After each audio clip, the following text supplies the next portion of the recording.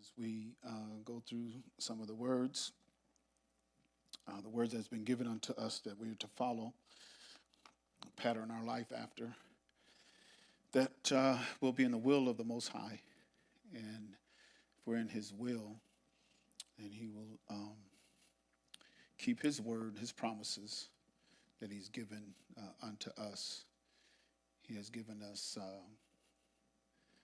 I feel, clear instruction. Sometimes things can be a little,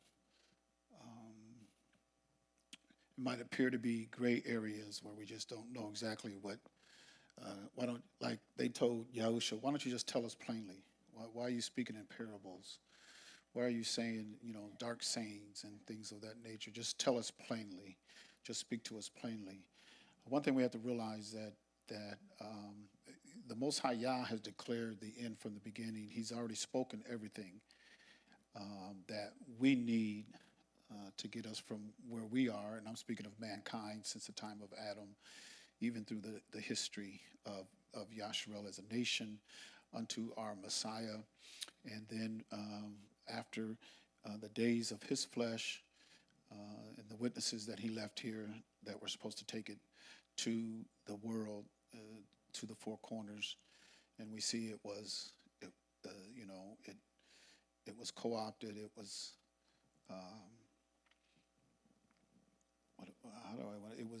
Yahusha said the kingdom shall suffer violence, and the violent will take it by force, and they certainly did take it by force. Very violent people. When you look at the Roman Empire, it seems like each one of these empires just seemed to get worse from the time of the Babylonian, the Assyrian, the Medes, Persians, the Greek, Alexander the Great, and Ptolemy came in after him. Then you had, the Roman Kaisers. We say Caesar, but they were pronounced Kaisers. The Kaiser. And you ever hear that word, the Tsar? It almost comes from that word Kaiser. But you had the Roman Kaiser, and then you had that whole beast, which was the Roman Empire, and is split up into 10. And so you had the European nations that split off of the Roman Empire. Everything that was prophesied, because Daniel had prophesied that well before our Messiah came, and then, that last beast. And that beast is still in effect, still in power today. They still pretty much have a stronghold on the whole world as a whole. And they are not ashamed of it, and they pretty much show their face. And they do it blatantly, and anybody says anything to object, what do? They come in with their military force and military power, and they'll just kill you. That's just how they'll do. They even now, this nation is flexing its muscles, and if you don't like it, we'll just kill you. You know who they're. You see what they did in Venezuela, right? And you know who they're killing right now? Anybody know who we got our thumb on, and we ain't gonna take it off till they're gone? Huh? Mexico? Pretty close. Cuba. They are squeezing Cuba. Do you know that Cuba has no power? So when the sun goes down, it's dark. They have no power. They cut off the oil that was going in, because they were getting oil from Venezuela. United States cut that off. United States cut off any kind of aid that's going into Cuba. Any other nation trying to help Cuba, they're cutting them off. Why? Probably a lot of control. They want to control, and if they can't control you, if they can't be over you and reign over you, they'll just kill you. There's not no cohabitation. We want to be co-equal with you. No, you can't. You can't be co-equal with us. Look at when they came over here. The slaughter. I seen something on CNN News. I even had that clip for a minute. I had to check see if I still have it, but you probably could look it up. But it was a small article on the settlers when they came over here and how they had slaughtered so many people that they altered the climate. So much blood was shed that the seasons and the climates was altered. That's how they do. They just want to slaughter. They don't want anybody to be co-equal. Can't be co-equal with them. If you're going to habitate with them, they have to be over you, control you, reign over you. That's that fourth beast, and it's still here. There's no way that this country can claim to be the ruler of the world, the ruler of the free world and everything, and possess all this power and all this might, and then not be in the book of Revelation, or not be a part of the beast that the Bible talks about. It's just impossible. You can't say that we're the ruler of the free world, we're the most powerful nation in the world, and they are. They have over 200 military bases around the world. Nobody else comes close. China might have 6 or 7. Russia only has maybe 3 or 4. They want to pass a $1.5 trillion budget for the military, for the armed forces. $1.5 trillion, unbelievable, unbelievable. And so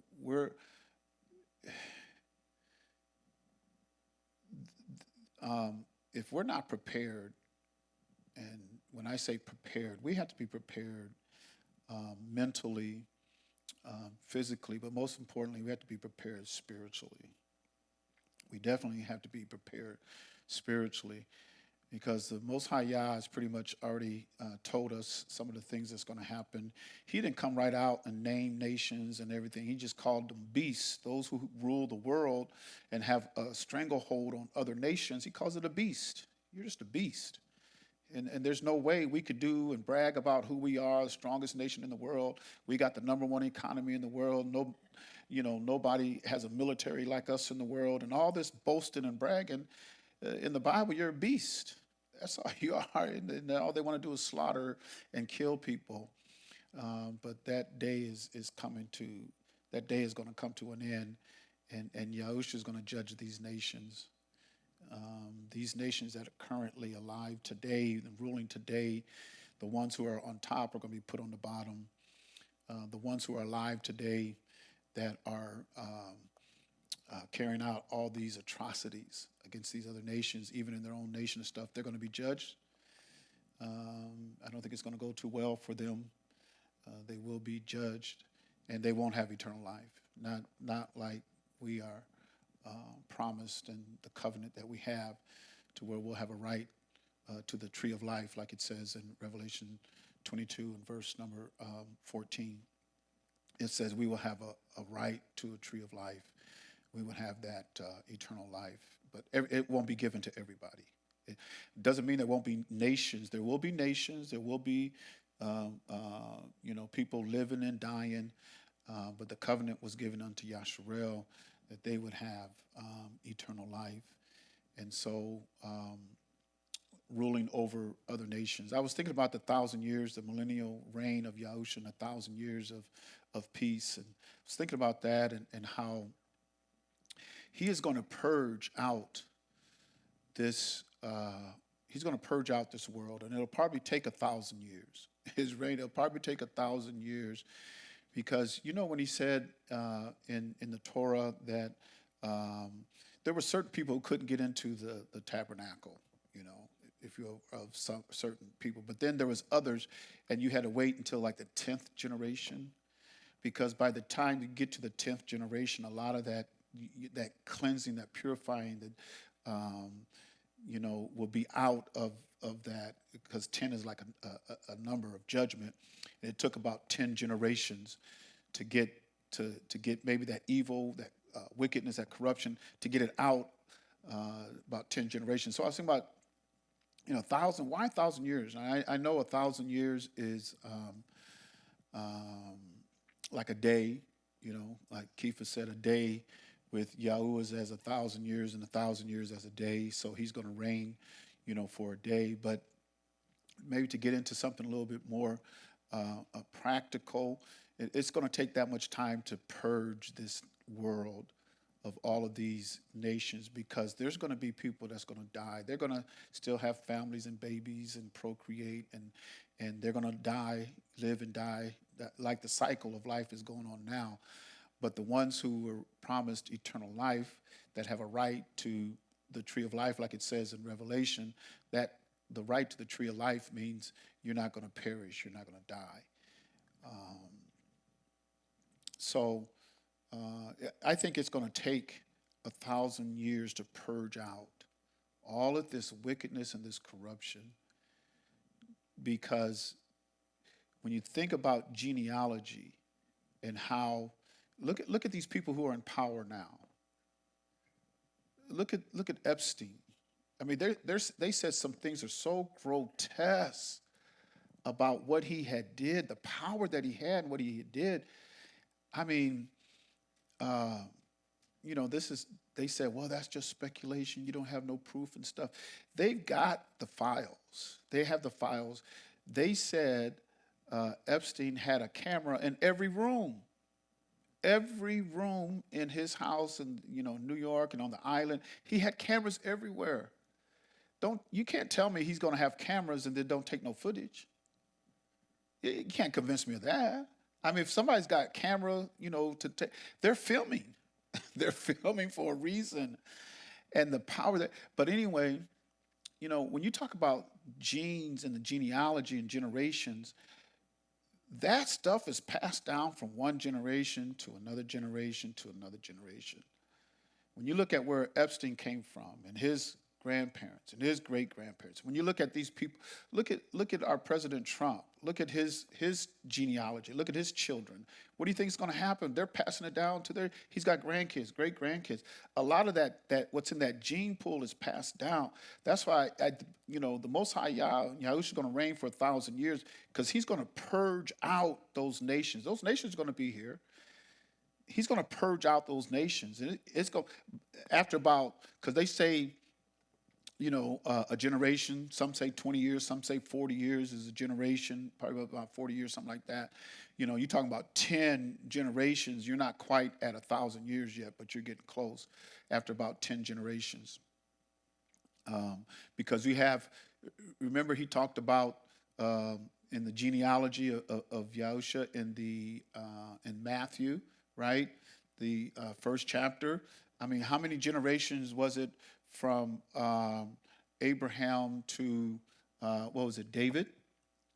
And he says how many generations that was.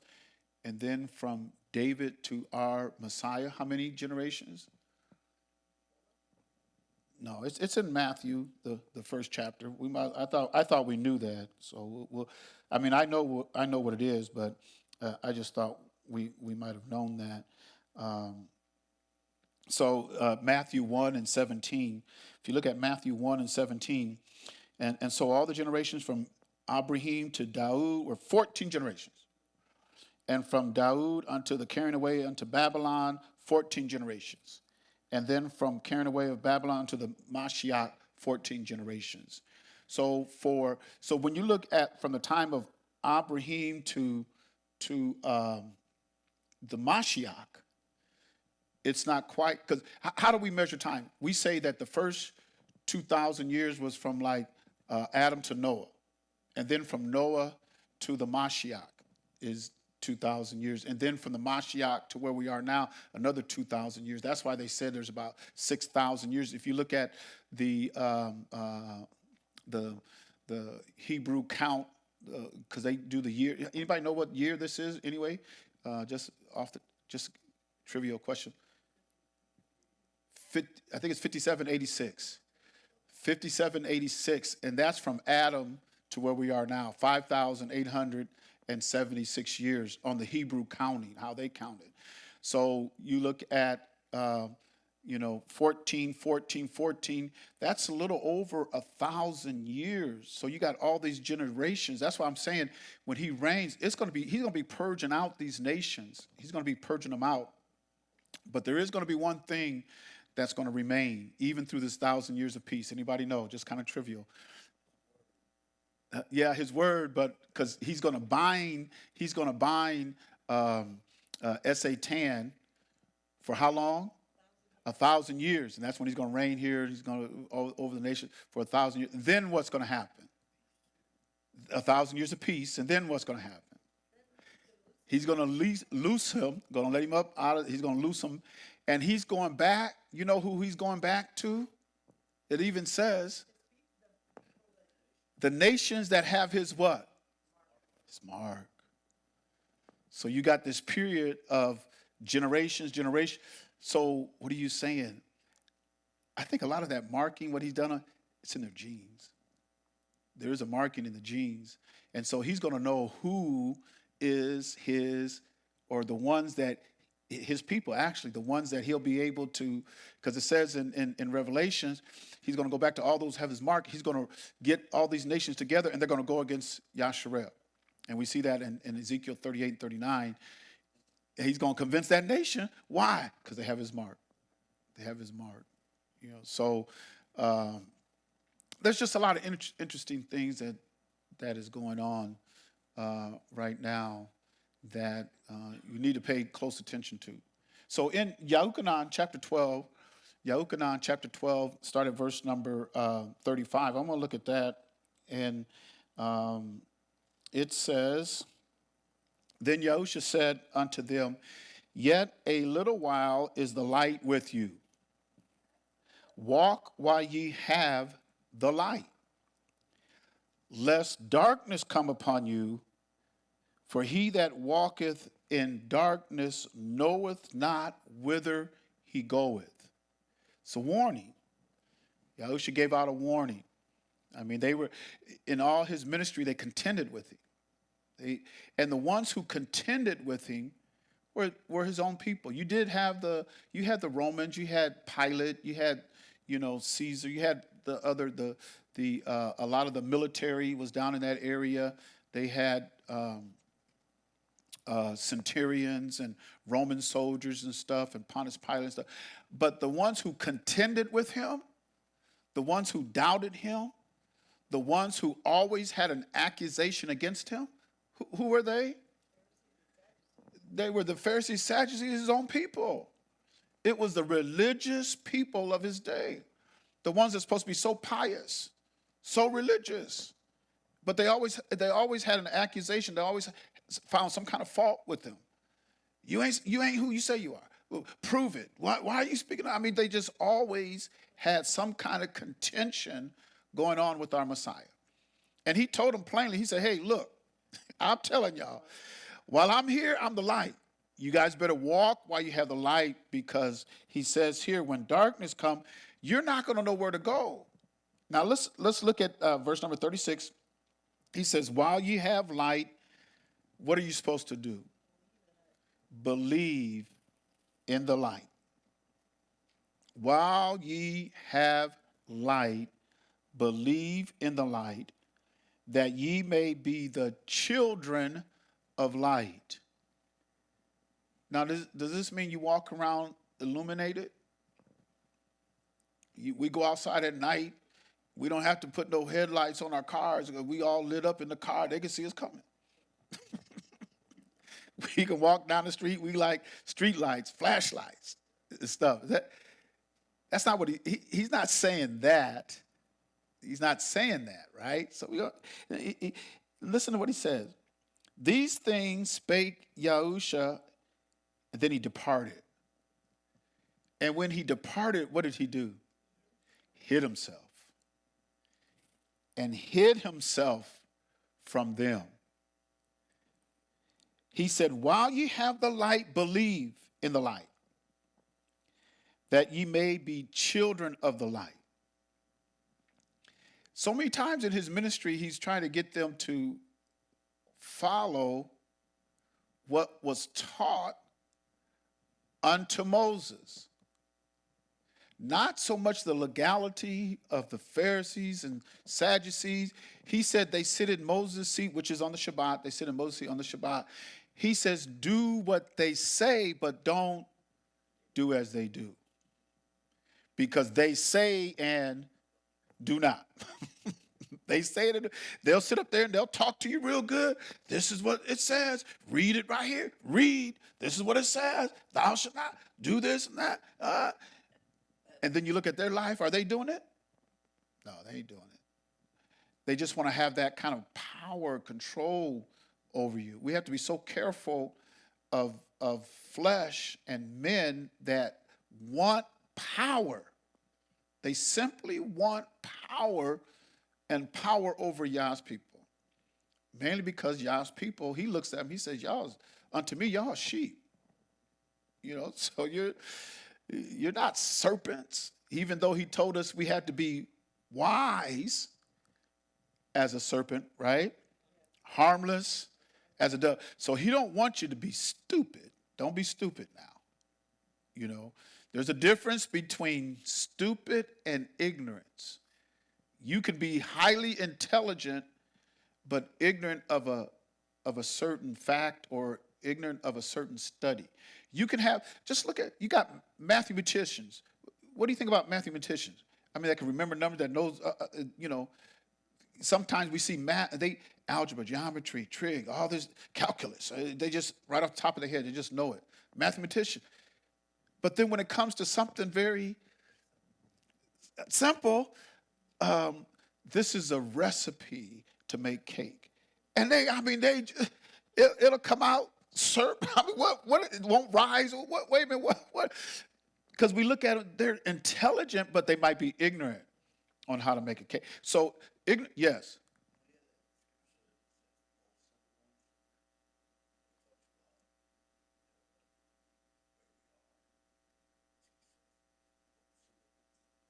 Yeah, see if you can find it. See if you can find it. Because the point I want to bring out is there's a difference between ignorance and stupidity. Stupidity means you're not learning. People who are your teachers in school and stuff, and you have students, they don't have the ability to learn. They can't learn. Then you say, oh man, they got a problem. There's a problem there. They can't learn. That's totally different than being highly educated in one thing, but I might be ignorant in that. You know, you could be highly educated in certain fields of study, but when it comes to American government, because we had to learn American government in high school. I don't even know if they still offer that. I mean, we had to learn basic American government, you know, in high school. I don't know if they have that course anymore or not. But you could be very wise in chemistry and, you know, mathematics and all kind of. But then when it comes to American government, how many senators do we have? Man, I didn't go to American government. You know, how many in the House of Representatives? You know, how many branches of our government is there? You know, I mean, just real simple stuff, and it's like you're ignorant of government. You know, you're not stupid. You're just ignorant. So he doesn't want us. He knows that there's some things we might not know. He don't want us to be stupid. He said, "My people are destroyed for the lack of knowledge." You're not gaining. You're not learning. Whenever I study and I meditate, because I do meditate, I'll read, I'll pray, I'll meditate. There's times I'll just meditate. But you have to grow. You have to learn. You have to grow. He doesn't want you to be ignorant. He you know, now Paul does say in 1 Corinthians 14, he said, if any man be ignorant, let him be ignorant. You know, because he was giving you a whole teaching in 1 Corinthians, the 14th chapter, which I don't know if you can teach that in apostolic Pentecostal churches. I don't know if you can teach that. He was giving you a whole teaching on that. And then he says, now, if somebody don't want to learn this, they want to be ignorant, let them be ignorant. Let them be ignorant. Because that is, 1 Corinthians 14 is a complete textbook layout, especially for church conduct or assembly conduct and stuff like that. And a lot of people just miss it. They just totally miss it. And so he says, well, you going to be ignorant? Let him be ignorant. But he doesn't want us to be destroyed, because if we lack knowledge, then we'll be destroyed. And he's actually destroyed a lot of people. So he says here, you know, while you have the light, believe in the light. that ye may be children of the light. These things spake Yahusha and departed and did hide himself from them. Now, this is what you don't want. You don't want him to hide himself from you. And with some people, and you thinking, hey, y'all, after 20-some years, I mean, even though I woke up in February 2016. To me, that was my birth. I was born again. So I was born again in February 2016. If I have not grown from then and learned nothing in the last 10 years, you mean 10 years and you still in month one? There's a danger in that. He wants you to grow. He wants you to learn. If there is no growth, it could be he's hiding himself from you. Notice now, you're not hiding. He didn't say, they hid themselves from me. Let's play Lost and Find. What's the kids, what do they play? Hide and go seek. Let's play hide and go seek. Oh, they ran and hid from me. That's not what he said. He said, no, I hid myself from you. So, yes. Proverbs 1 and 22. Okay. Proverbs 1 and 22. How long, ye simple ones, will ye love simplicity? And the scorners delight in their scorning, and fools do what? Hate knowledge. Man, I don't want to learn nothing. I want to go to some Torah study. We used to call Bible class. I want to go to Bible class, Torah study. I want to go and I want to learn. I want to open my book. I want to read. I want to learn something. Fools are like, I don't want to learn nothing. I don't want to learn nothing. In fact, if I learn 1 + 1 is 2, I don't want to learn what 2 + 2 is. It says, that's just foolish. Fools hate knowledge. So, I mean, how long do you want to be simple and love simplicity? I don't know. I want to grow. I want to learn. I'm constantly telling the Ruach HaKodesh, Yahusha, feed me. Give me some, feed me. Feed my mind. Feed my Ruach. Take me to another level. I want to know more. We used to sing that song years ago. More about GSUS. We want to know more. I can't remain where I was when I was born. Can't. I gotta grow. And I hunger for it. And Yahusha even said in Matthew 5, he said, he that hungers and thirsts after righteousness is going to be what? They're going to be filled. I'm going to give it to you. That's what he says. I'm going to give it to you. You're hungry. You're thirsty. After righteousness, I'm going to fill you up. So fill my cup. Like King Daud said, let it overflow. I don't want just a full cup. I want it to overflow. So fill me up.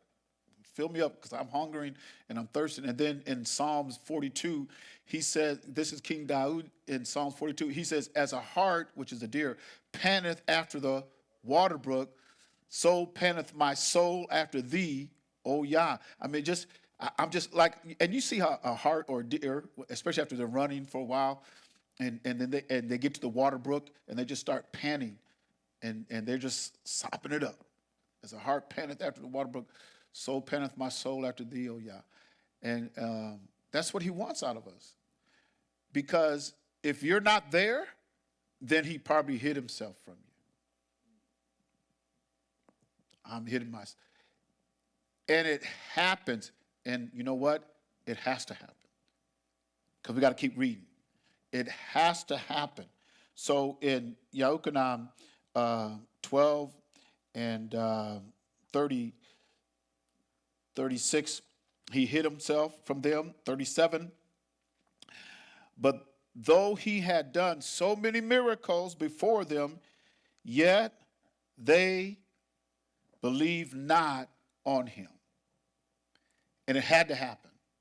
Just like now, when you think, man, I'm just learning, I'm growing. I mean, I don't know why. This is easy. I mean, he's just giving it. This is easy. But then you look over at your neighbor and they just bewildered. They can't, did you hear that? Hear what? Wow, do you see that? See what? And weren't we in the same class? I mean, we were sitting right there, right? I know I seen it. He can show it to you and don't show it to your neighbor because he can hide himself. And he has to do that. Now, we're going to read it because you think, wow, why does he want to? He has to do it. But though he had done so many miracles before them, yet they believed not on him. Now, the key word here is believe. Because we've been bringing it out last few weeks. What did we bring out last few weeks? I mean, we bring it up. Isaiah what? 53:1, right? Okay. All right. Because listen to what the writer says here. But though he had done so many miracles before them, yet they believed not on him. And sometimes you see, because I know I've seen miracles when I grew up. We've seen miracles. We grew up in the church, right? We've seen some miracles. You stay around here long enough, you're going to see some miracles. We've seen some miracles. How, after my experiences in life and what I've seen and stuff, how could I not believe him? How could I not believe him? We actually witnessed somebody. Were you there when the brother got up from the dead? Were you there? You weren't there? Yeah, I was there. I was sitting in the back because they wanted all the kids to get in the back, and they called the deacons up, and Sister Holland, who was a nurse, and she was taking his pulse, and he don't have a pulse, and they around his nostrils and stuff, he wasn't breathing. He stopped breathing. He didn't have a pulse, and Sister Holland said he don't have a pulse. He's dead. He was only 16, I think, and somewhere around there. I might not have his age right, but I remember I was a little, and Bishop Boyd called the deacons because my dad was a deacon. Got all the people they surrounded him. They started praying hard. All of a sudden he coughed, and the next thing I know, he was just up and everything, and folks was shouting and folks was crying, and because a registered nurse there said he doesn't have a pulse. He stopped breathing. This boy is not breathing. He doesn't have a pulse. And we seen it, So I was there in the church house when that happened. I was there. So a lot of things that I've seen over the years, I would be foolish to say I don't believe. That's like we read in Proverbs, first chapter. Fools hate knowledge. How long are you going to be simple? How long are you going to be simple-minded? How long are you going to love simplicity? Because some of the things that I've seen down through the years, I don't see how you cannot believe it, But you have some folks, they doubt it, they believe, but he hid himself from them, and he has to do that. There's still people today, he hides himself from them because we're going to read it. Why does he want to hide himself? Well, let's keep reading.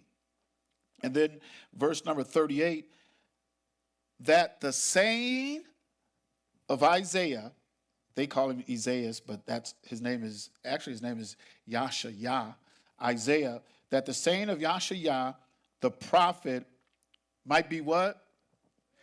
Everything that the prophet spoke must come to pass. When you go back and you read the prophets, Moses was a prophet. David was a prophet. King Daud was a prophet. You got Elijah. There's not a book named after Elijah, but he was a prophet. You got Elisha. He was a prophet. You got Isaiah. You got all these prophets.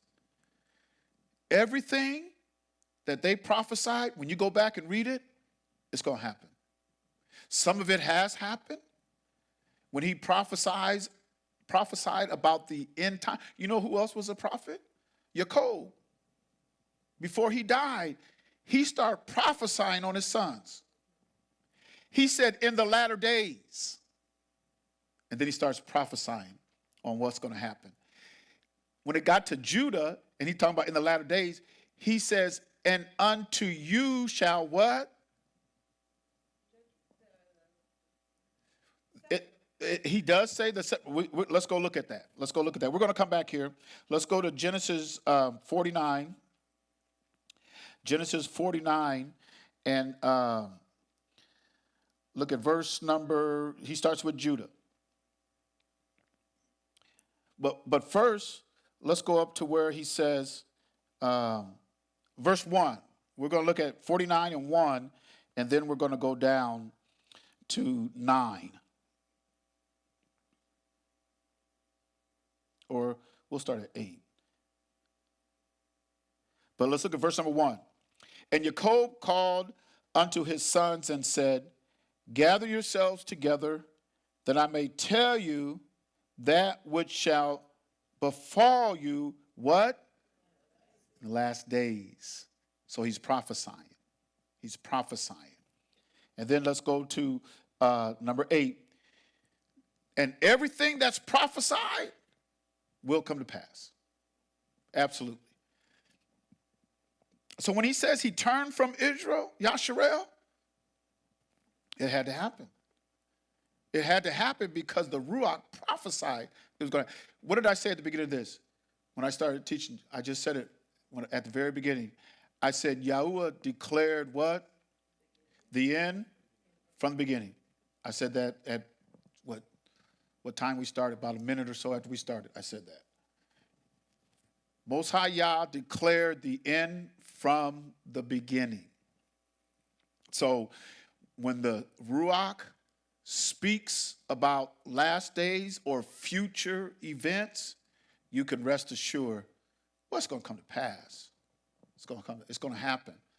Might not happen in my day, but it's going to happen. So he says here, verse number 8, Yehuda, thou art he whom thy brother shall praise. Thy hand shall be in the neck of thine enemies. Thy father's children shall bow down before thee. This is the prophecy on the children of Yehuda, on his descendants. Yehuda is a lion's whelp. From the prey, my son, thou art gone up.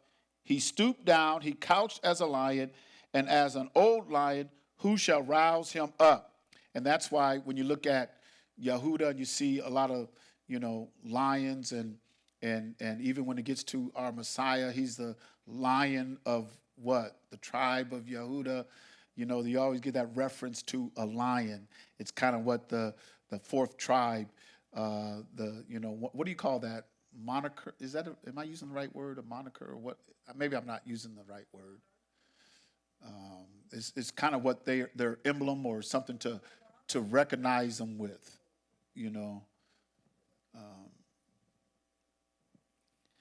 But that's why you see a lot of the lion in Yehuda.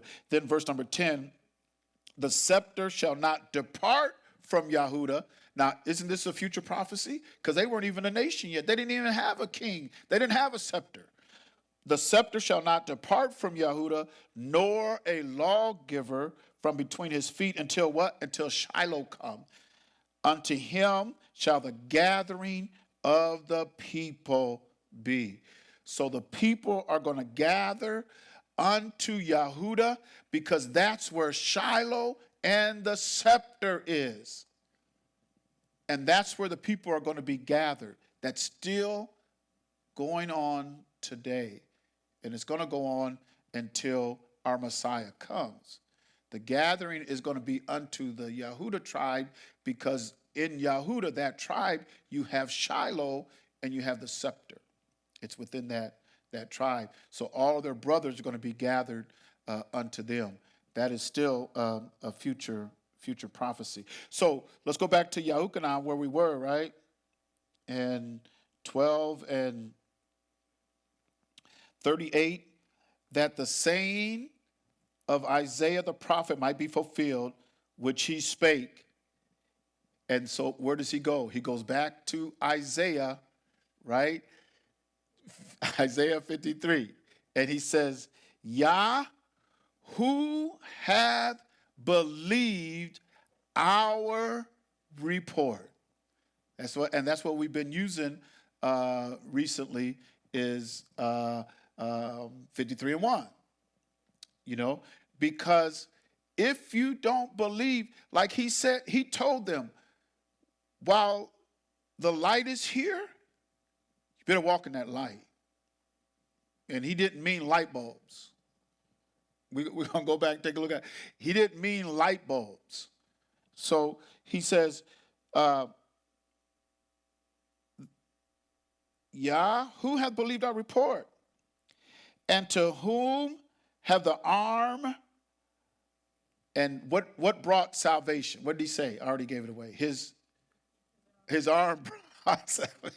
I meant to ask the question, what did his arm bring? But I gave you the answer. What did his arm bring? His arm brought salvation, and that arm is the flesh. The flesh. That's why he says in 1 Yahuchanan, the 4th chapter, if you don't believe that Yahusha HaMashiach came in the flesh, what are you? If you don't believe, whatever spirit says Yahusha HaMashiach did not come in the flesh, is an antichrist. Antichrist.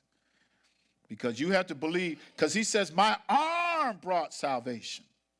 To whom is the arm of Yahuwah been revealed? Who knows it? Now, apparently, when this was written and he says, he hid himself from him, apparently it wasn't revealed to them. It was not revealed to them who Yahusha was. Wasn't revealed. Because he asked the question, who believes our report? And then who has the arm of Yahuwah been revealed unto? Now, some people might have known it, understood it in that day, but most of them, he hid himself from them. And Kepha was the only one that rose up to try to prevent him from being arrested. Because I think if they would have known, or if it was revealed, they would not allowed him to die on the stake. So he had to hide himself.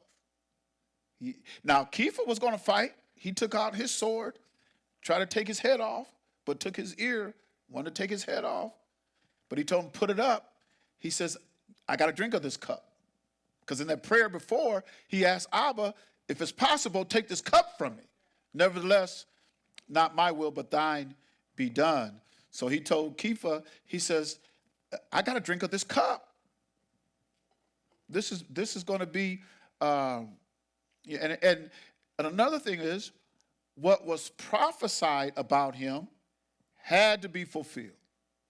And because we got to go, we're going to go through Isaiah 53 because we're coming up on the Pesach. That's our next feast, is the Pesach. And he did tell us in 1 Corinthians, the 5th chapter, verse number 8, he says, therefore keep the feast, because the Mashiach is our what? He's our Passover. We have to keep the feast. He's our Passover. We should never forget that feast. Never. We commemorate it every year. We don't kill a lamb now, ain't gonna kill, but we commemorate it every year. The Mashiach is our Passover. And we still gonna eat some bitter herbs. We're gonna eat some bitter food that are gonna put a frown on your face. What's that? Horseradish. We're gonna get some horseradish. You're going to get some horseradish and put some on your plate. Get some bitter leaves. Yeah. Because they had to remember. They had to remember. Not only did they remember the captivity of Egypt, but you have to remember what our Messiah went through. You have to remember what he went through. Because some of us, we seen that movie by Mel Gibson, And some folks couldn't watch it. They had a hard time. Folks was crying and everything. It was worse than that. It was worse than a movie. When they beat him with a cat and nine tails, oh, it was worse than a movie. He was pretty, yeah. And they put a crown of thorns on his head. Put a purple robe to mock him. And then stripped it of him when they put him up on the stake. And it says he despised the shame. But he did it anyway. So we got to look at that. So when you have those bitter herbs, and then we have the unleavened bread, when you eat of the unleavened bread, that means you're getting the sin out.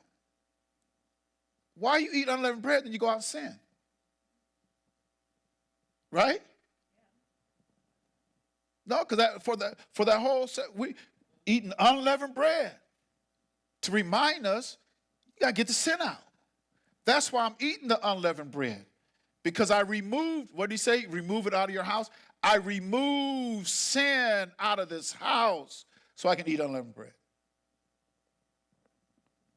Now, if you still sinning and you eating unleavened bread, talking about I ain't sinning, you eating unleavened bread, you just have to remember, Abiyah's not going to forget. He's not going to forget that. And it is a time where we reflect. Another time of reflection is at the atonement. We're supposed to remember this. It should be fresh, right? Okay. And to whom the arm of you have been revealed. Now listen to this before we go back up. Therefore, they could not believe. Did you hear that? I'm going to read that again. Therefore, they could not believe. Why could they? Why was it forced? It's almost like he forced them not to believe. Now, why? Why did he want? Why would he force them not to believe? Why? Because remember now, he hid himself from them. Why? Well, it deals with your heart, but it's right up there. It's right there. Because that Isaiah said again, he hath blinded their eyes. He hid himself from them. He blinded their eyes and hardened their heart that they should not see with their eyes, nor understand with their heart, and be what? And be converted. Because then what will I do? I got to heal them. I got to heal them. So if I can see with my eye, I can see the light. I'm the light. I can see with my eye. I can understand with my. I'm not ignorant now. I'm learning. I can see with my eye. I can understand with my heart. What's going to happen? He's going to heal me. He has to, because his word says it. Everything that was written shall come to pass. The key is what? What's the key? Better believe it. Better believe it. That's why he says, who believed our report? You can say that today. Who's believed our report? Who believes it? It's almost simple as, you mean I have to believe it? Yeah, you got to believe it. And not 10% believe. Well, I believe 10%. I believe half of it. Oh, no. What does he want? Your whole heart. You got to be 100% in. Oh, I'm all the way, because that's what we say a lot of times, right? I'm all the way in. I'm all the way in. I'm all in. That almost sounds like a poker game, right? I'm all in. That's what we used to do when we played poker. I'm all in. Take it all. But in my heart and in my belief, I'm all in. There's no doubt. There's no fear. Revelation 21:7, or 21:8, he says the fearful and unbelieving. That's the key. That's the key. Because your unbelief will keep you out. Simple unbelief. Well, I don't believe that. Yes, I.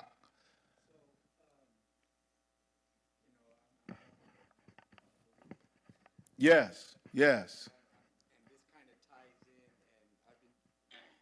and it seems like during my studies, this heart and this mind that Yahuwah gives us, but it seems as if a person who does not believe cannot have the mind or cannot have the heart that will cause them to repent. But if they just believe, then Yahuwah can give them a new heart and give them a new mind. He said he would. Yeah. He said it. If you believe, you have to believe it first. Let's start there. We'll grow. We'll learn. A lot of things will be revealed. You'll advance everything. But we got to start with, do you believe it? You have to believe. Because he says, if they could see with their eyes and if they could understand with their heart, he says, I'm a heal. They'll be converted. So my belief will bring about that conversion. The fact that I can see, the fact that I can understand, it brings about. If I understand, and I do understand, fire's hot, I ain't gonna walk in a fire.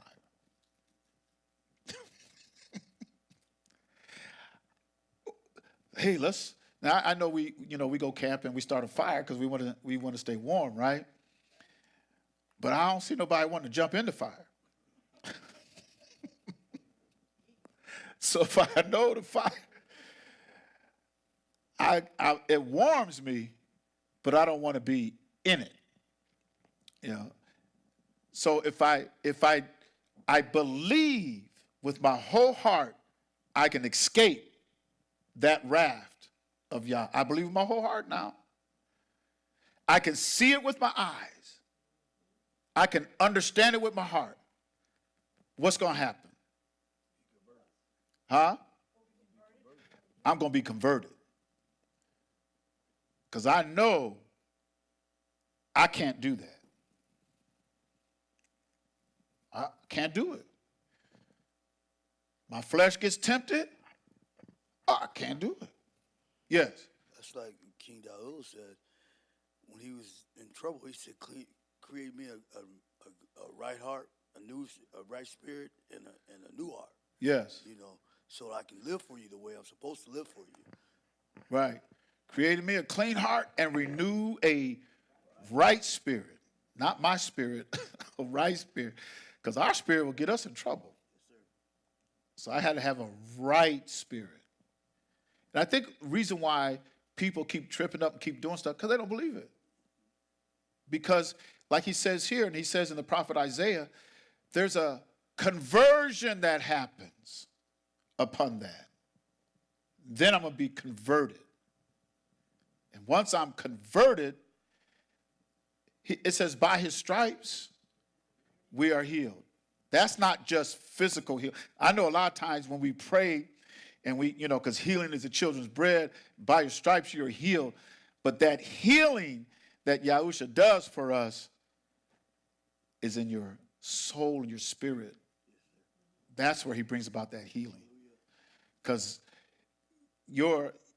it is in your spirit, and we need that flesh to be healed. But a lot of times folks want to be healed, and once they get healed, they walk out.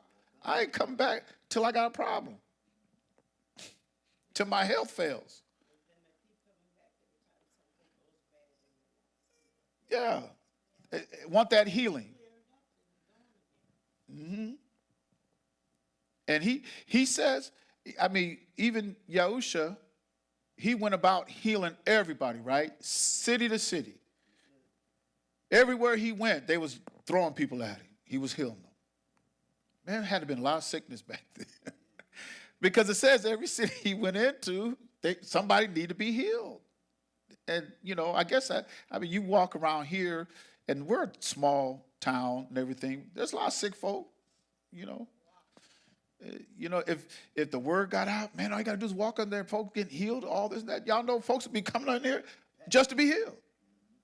And I got healed. Now I'm going back out. Until I need healing again. Then I'm coming back in. Once I'm healed, I'm back out. But that's not what he's looking for. Because a lot of times when he healed those people, they weren't his true followers, even because like we were reading here, after all the miracles that he done, they still didn't believe. Because if they would have believed with their heart, he says, and be converted, because by me seeing and understanding in my heart, it's going to be converted, then he's going to heal me. Now back up to verse 35 and 36. And Yahushua said unto them, yet a little while is the light with you. Walk while ye have the light, lest darkness come upon you. For he that walketh in darkness knoweth not whither he goeth. While ye have light, believe in the light, that ye might be children of the light. Now, in verse number 36, if you pull that down and look at the definition for light, it's G5457. G5457. Phos. See that? In the Greek, phos, to shine or make manifest, especially by rays. Compare, and you look at those two different definitions, luminousness.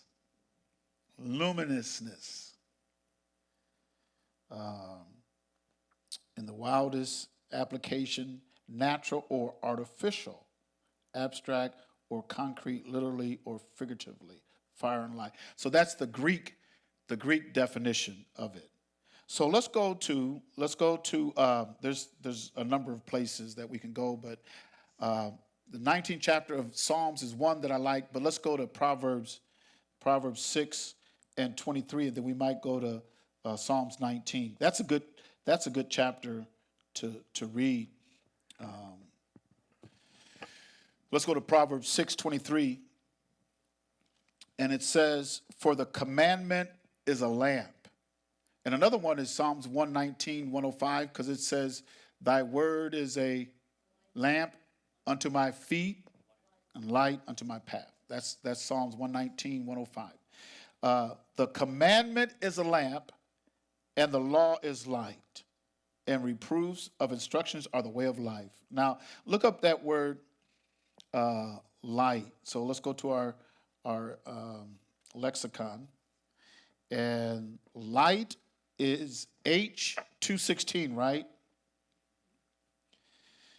And look at that. Look at the two letters. It's two letters, two Hebrew letters, the aleph and the resh, which is or.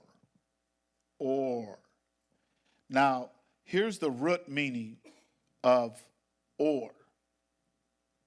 The root meaning of or, first thing it says is what? What's the first thing it says? Isn't it up there?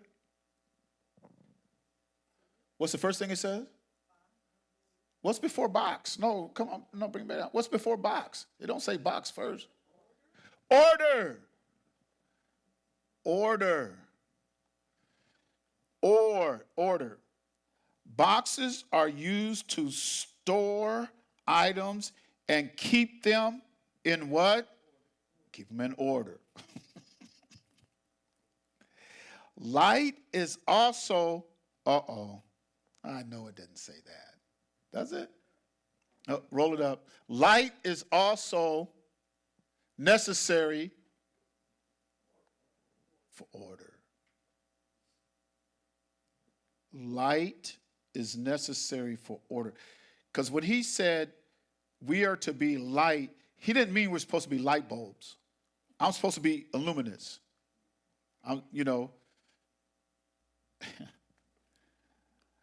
Because it just makes, because when we went over to Ghana, and they lose power a lot. It's not like around here. I mean, we have access to nuclear energy and power and stuff. It's not like that over there. So they have a lot of generators, stuff like that. They're not a nation that has, what is that, proliferation, to where they have the ability to generate nuclear, for domestic and peaceful, for energy. They don't have that. They're not a nation of proliferation to where they can have nuclear power to generate their, our cities are lit up, at night. And you go to some of these big cities, they lit up, But over there, it's quite different. It's quite different. And so they do have generators and they have light, but sometimes those generators go out. And one time the generator went out. We was in the city.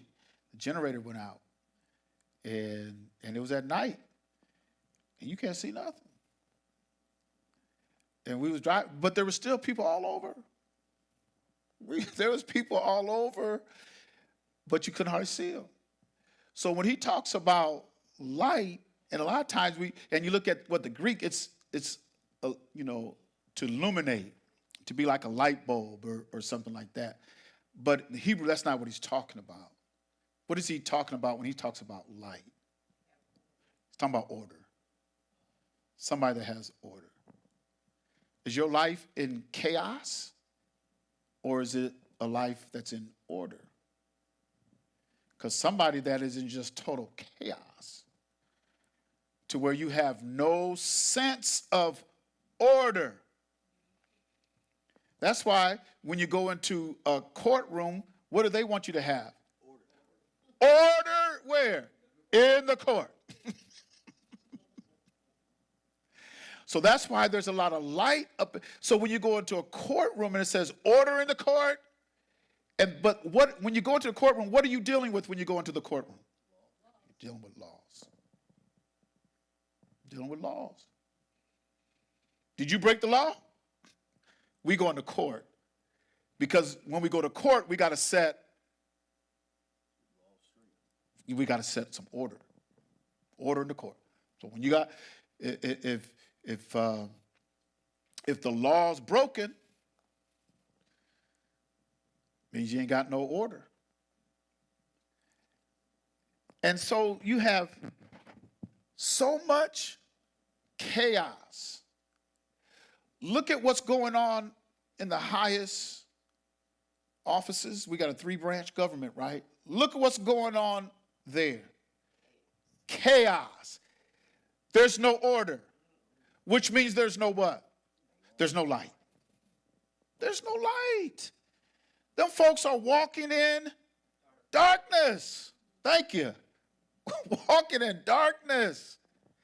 They don't have no order. They don't have no light. Because when he talks about my law, my commandments, it brings order to your life. That's when you know you Yahusha says we're to be the light of the world. He said, let your light so shine that they may behold your good works and glorify our Father in the Shamayim. Because our Father is a Father of law, and that's where they get that TV show. Law and Order. They get that from us.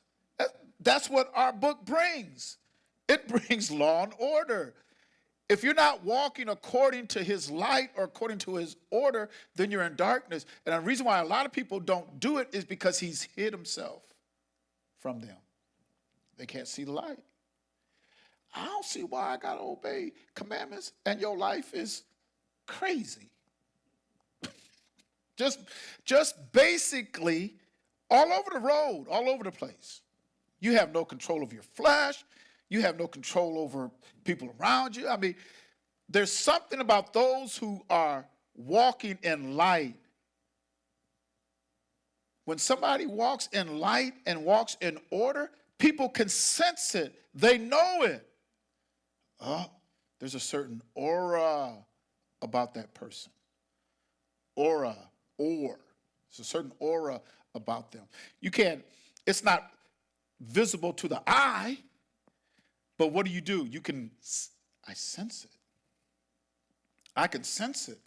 You can tell if somebody is pretty calm and there's a lot of order in their life. There's not a lot of stress.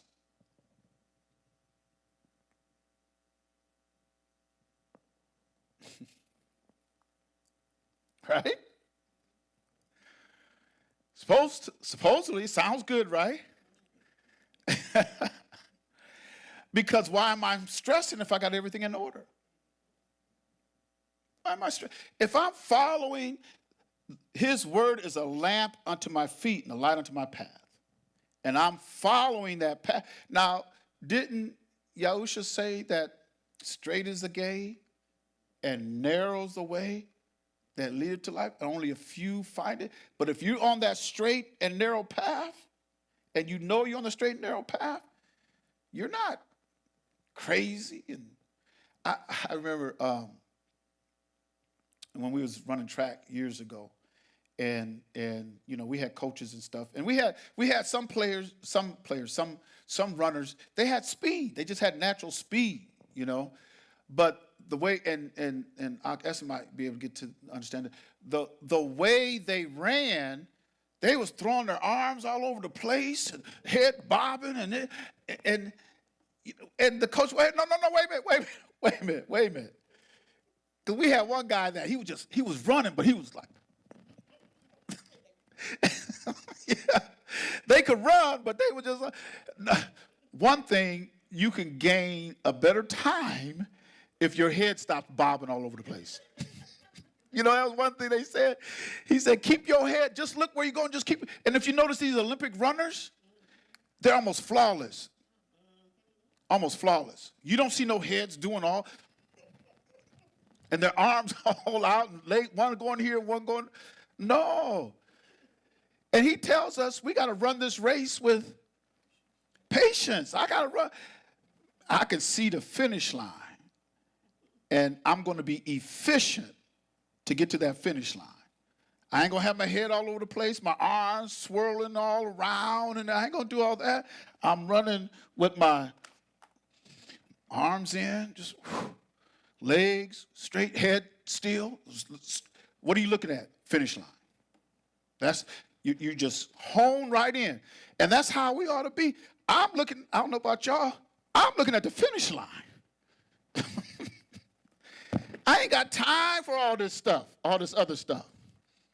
That's because you ain't a teenager. I sure ain't. So I ain't got time for all that. My mind is fixed. My heart is made up. I can see the finish line.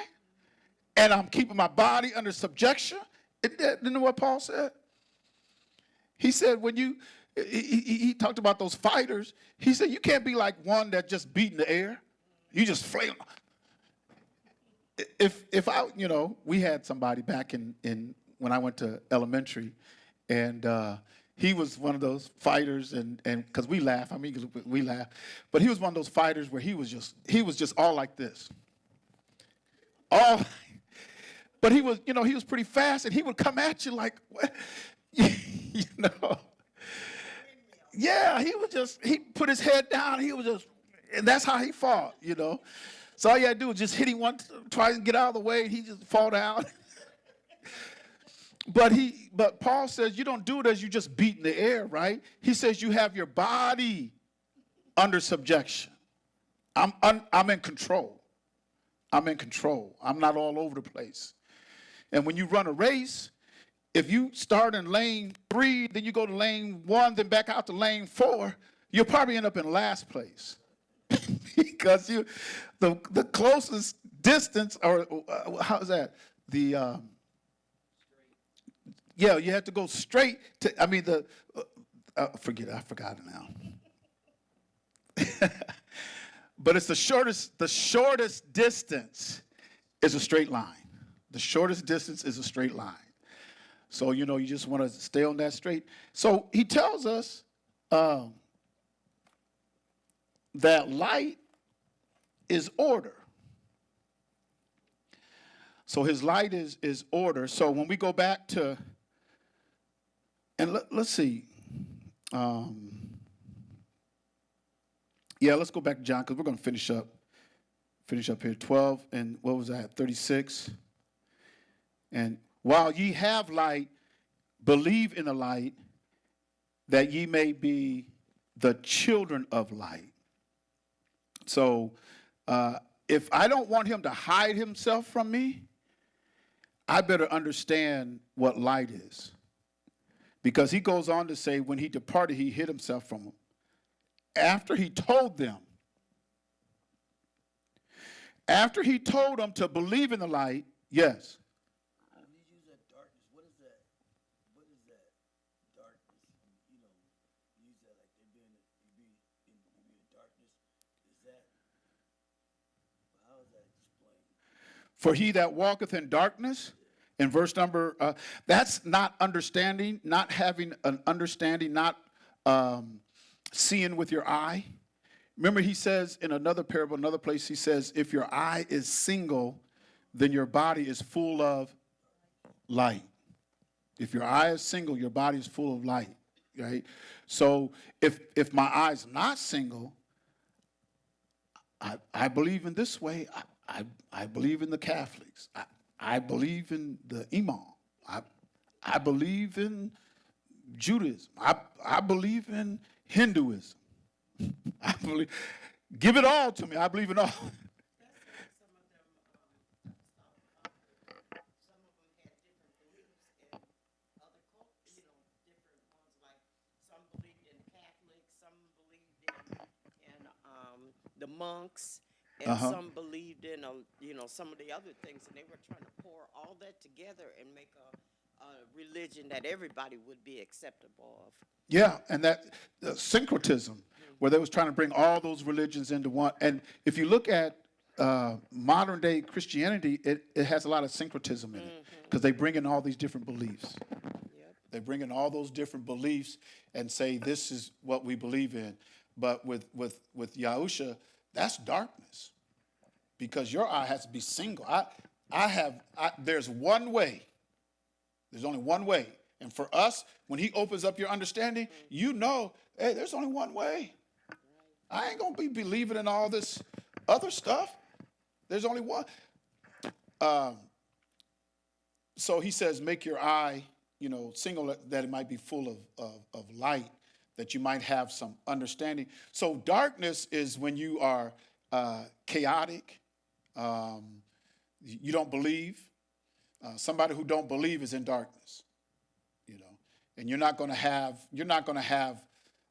the order that he is talking about in this book. You're not going to have that in your life if you don't believe it. To the contrary, you might elevate in one thing, but the rest of your plate and your palate is so full of garbage and all kind of stuff, and you think you're doing all right because you got one area in your life on path. But when you mix it all together, so when I understand light, I should have light and order no matter what I'm doing, no matter where I'm at, no matter where I find myself. I've got light, I'm walking in that light, I'm walking in order. So, because if some people, the only time they have calm and peace and refuge is when they're here. But as soon as you walk out of here, your life just is all over the place. Well, then you're not light because that light should follow you home. You are the light. When I walk into my home, it might be chaos and darkness there, but when I walk in there, there's light. Now, I might have to go to my room and let my light shine because I don't want y'all to put my light out. So I'll go to my room and let my light shine. But people who have the laws as a lamp unto my feet and a light unto my path. People who have that, there's just a certain spirit about them. If anybody has his commandments and they're walking in it and everything, there's a certain order with them, a certain aura of life with them that is very noticeable. It's very noticeable. There's some calm and some peace. We should be able to exemplify peace and serenity because we practice it. And we know 6 days I flex, 1 day I rest. I just have that order in my life. And when I do that, just like Abba Yah did, he worked 6 days, he rested the 7th day. What if you get to some country or somewhere and you lost, I don't know what time, I don't know what day, I don't want to know. If you do 6 days of work and rest the 7th day, then you keep doing 6 and rest, you'll be lining up with the Most High Yah. You will, what? How do you know what day it is? I don't have to know if let's say I got into a country or a place and there's nobody there, I had lost sense of, I don't know what day of the week it is, or all I have to do is know 6 days I work, 7th day I rest. 6 days I work, 7th day I rest. And that puts me in alignment with the Most High Yah. It just so happens that we know that this is the 4th day. We know it. Because the first day that they say, the Sunday, Soli Victus, I think that's how they pronounce it, Soli Victus. No, how do they pronounce it? Soli Victus, which is day of the sun, which was their deity, their God. So they named the first day of the week the day of the sun. So when they say Sunday, I know, oh, that's day 1.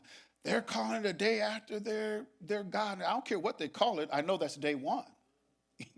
So Monday is named after the moon. I don't know how you can call it. Call it whatever you want to call it. It's day 2.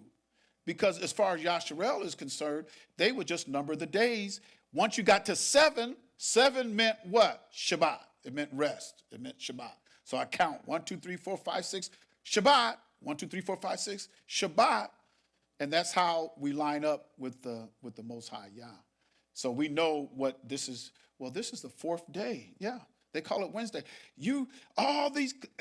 I get tickled and I laugh because all these days are named after gods and stuff. So all I know is what day, this is the day, this is the 4th day, I'm working. 7th day, I rest. You call it what you want to call it. Because I heard people say, I don't know how you can rest on Saturday. It's named after Satnaya, right? That's what they named Saturday after Saturday. I don't care what you call it. It's the 7th day. So for us, the 7th day, we rest. You call it what you want to call it. Call it the 4 tops. I don't care what you call it. It's the 7th day, the day I rest. Because people get caught up in that. They call it Satnaya. You resting? No. The Most High Yah did this at creation, and he called the 7th day Shabbat. They call it that. I don't care what you call it. It's the 7th day, So it brings order to my life. So I'm in order. And there's some things, because I would get into some debates and stuff. Sometimes I don't even do it. Why? I'm just lining up with the Most High Yah. Some people will believe it like we read here. He said after all the miracles he did, they what? They still didn't believe. Still don't believe it. After all the miracles, you still don't believe? So light and walking in that light is going to give us order. It's going to give us an understanding. I'm going to have an understanding. I'm going to have some order to my life. Somebody that is in darkness and somebody who can't see, number one, if you don't believe, you're going to be in darkness. That's automatic. You don't believe it, you're in darkness. Yeah, I don't believe the Bible. Well, you're in the Bible. Because he said, the unbelievers. I don't even believe in that book. Well, you're in there. Whether you believe it or not, you're in there. Because the fearful and unbelieving, they're going to have their part. So that the key is I got to believe this. And who hath believed our report, and to whom is the arm of Yahuwah been revealed unto? Because you have a lot of people supposed to be saved. They don't believe in Pesach. They don't even believe in Pesach, even when he told them to keep the feast, and you do it with sincerity and what? He said it. You keep the feast in all sincerity and, I thought he said honesty. Let's look at that real quick. And this, we're done. 1 Corinthians 5 and verse number 8. Therefore, let us keep the feast, not with old leaven, neither with the leaven of malice and wickedness. So if you have malice in your heart or wickedness, and you still eating unleavened bread, you better back up and get rid of that malice and wickedness out of your heart so you can eat unleavened bread. But with the unleavened bread of what? Sincerity, and this is true. This is what the truth is. And so here he was talking about the Passover, and you'll see that in verse number 7. He's dealing with the Passover, which they didn't call it Passover. They called it Pesach. And if you look up that word, it means Pesach. But that's our next feast that we're coming up on. But we want to make sure we're walking in that light, we're believing, because if I can see with my eyes and I can understand with my heart and be converted, then I know he's going to heal me. I just know he is.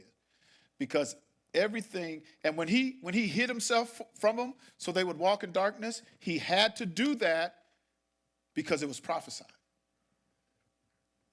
It was prophesied, which ought to put some anchors in our heart, in our minds. Everything that was written, especially about the last days and what's going to happen, all that was prophesied. Guess what? It's going to happen. It's going to happen, just like he said it was going to happen. We see that when we read in Yahuchanan 12th chapter there, where he said all of this had to happen because it was written by the prophets. So it has to happen. Just, I hope you're on the right side of prophecy.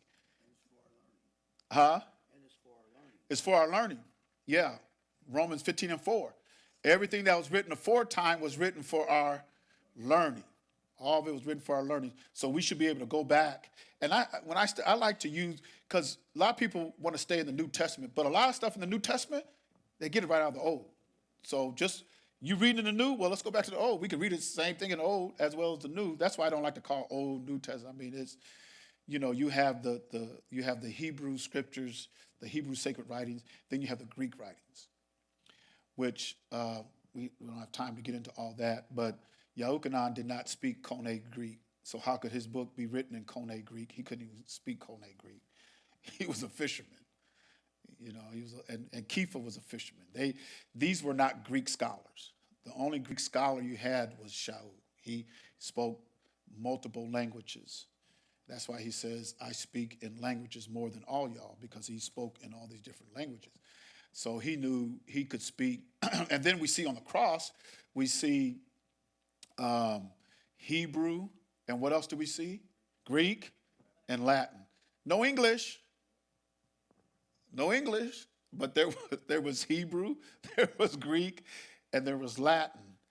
And the reason why you see those three languages is because they were the three dominant languages at that time. And you see the different kingdoms, because you always had the Hebrews and they always spoke Hebrew, but you see where the Greek kingdom, which was talked about in Daniel, the third beast was the Greek, and then you had the Roman Empire that came in and they spoke Latin. So you had the Hebrew, Greek, and the Latin. And then also when we go to Revelations and it talks about those different beasts, and it says 5 has already been, 1 is now, and 1 is yet to come. It's talking about the different captivities of Israel. And that 1 at that time when he wrote in Revelation was the Roman Empire.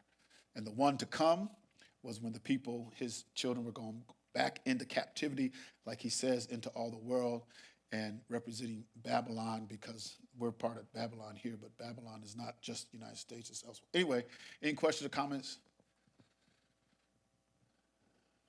If not, I want to say Torah to all those who are with us on today.